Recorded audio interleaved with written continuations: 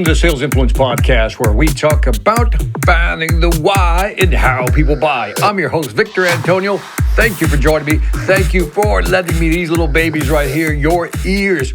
Today, I want to talk about how do you close on a short-term contract, especially if you're in the service industry. Good topic. Usually, we talk about products. Today, I want to talk about service. Let me see if I can talk to you. Let's say you offer a service. It could be coaching, mentoring. You're an internet service provider, internet marketing company, whatever it may be. You're offering a service. Now, we have to admit up front that when you have a product, there's some tangibility with the results of that product. Right? In other words, you can kind of measure whether a product is working or not. For example, when you buy a camera, for example, you know if it's working or not based on what you want it to do. So there's some metrics that you can use to see if it's actually performing.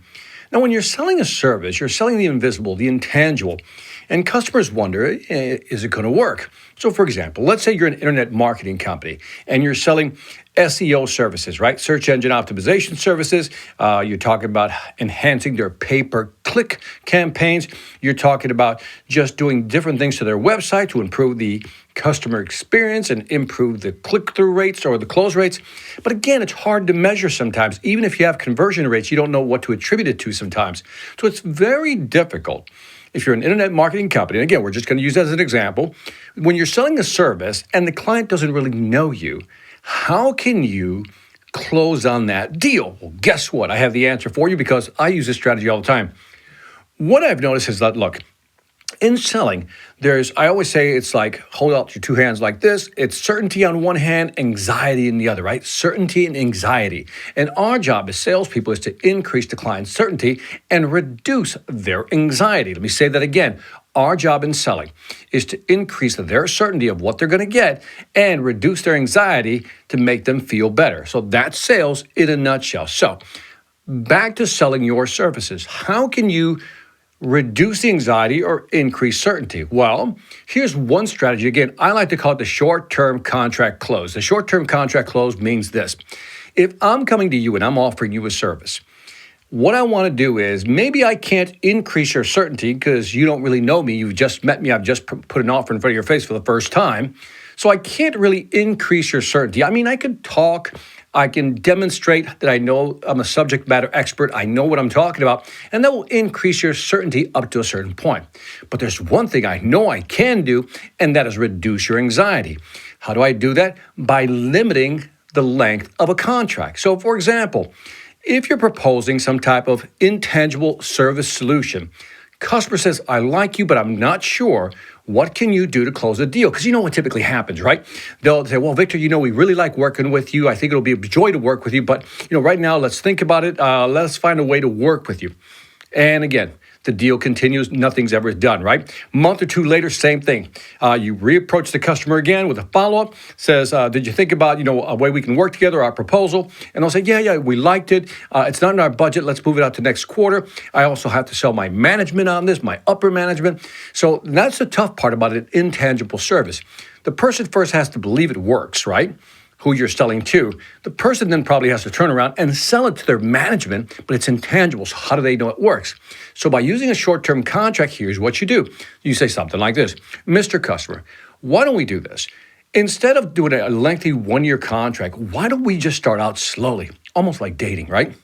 And what you want to do is in the proposal that you're going to submit, you're going to make it a short-term contract. So for example, if you are an internet marketing company, maybe you just want to say, let's do a 3-month experiment, and this is what it's going to cost. Now, let's slow down a little bit. Or I should say, I should slow down a little bit because I get excited about this stuff because this one works. Here's what we've done to the client. Because we've narrowed it down to 3 months, we've now given them a way out after 3 months if it doesn't work. That reduces their anxiety. Also, they're not fully exposed because all they got to do is work with me 3 months. And after that, if they don't want to work, guess what? We can just end it, be friends, and move on.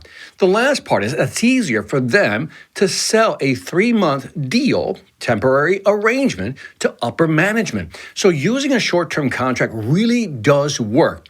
One of the ways I like to use it, I use it a lot in my coaching programs with big companies. What I typically do is sell them sessions, right? Again, it's an intangible, right? It's a session I sell them. And so what I typically do is say, why don't we just do 4 sessions? That's 2 sessions a month. So let's do just 4 sessions. And after the 4 sessions, we'll make a new decision. That's the language I like to use. And the response is always like, yes, let's do that. That works. Because again, think of the psychology. I'm limiting their exposure. I'm saying also you don't have to spend that much. Let's not think about it. And if the results do work out, in other words, we do get along, we work well together, the marketing works, the selling works, then why not extend the contract? But I give the customer control of whether or not they want to extend the contract after, in this case, 4 sessions, or if you're an internet marketing company, after 3 months. So if you have a stalled deal, listen to me. Try a short-term contract to see if that moves them off a dime. Now, what's interesting is that sometimes people say they want to work with you, they want to work with you, they want to work with you, but they never signed a deal to work with you. By putting a short-term contract in front of them, you're basically forcing them. You're forcing their hand to say yay or nay, interested or not interested.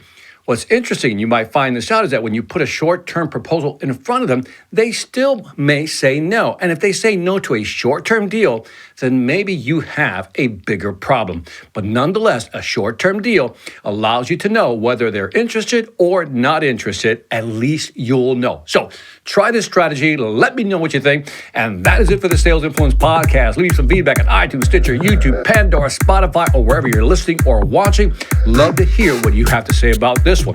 Also, when you're done with that, check out the Sales Velocity Academy. Again, we're adding some new courses, great content to help you sell more faster. And on that note, this is Victor Antonio, always reminding you, selling ain't hard when you know how. Take care.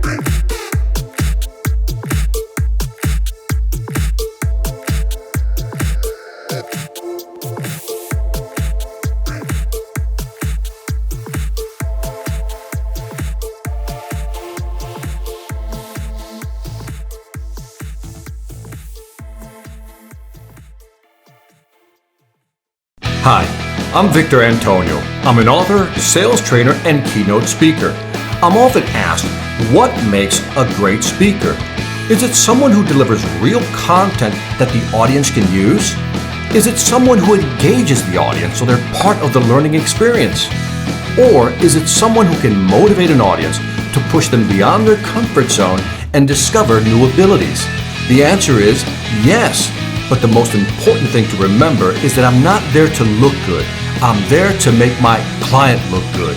Simply put, it's never about me, and it's always about them.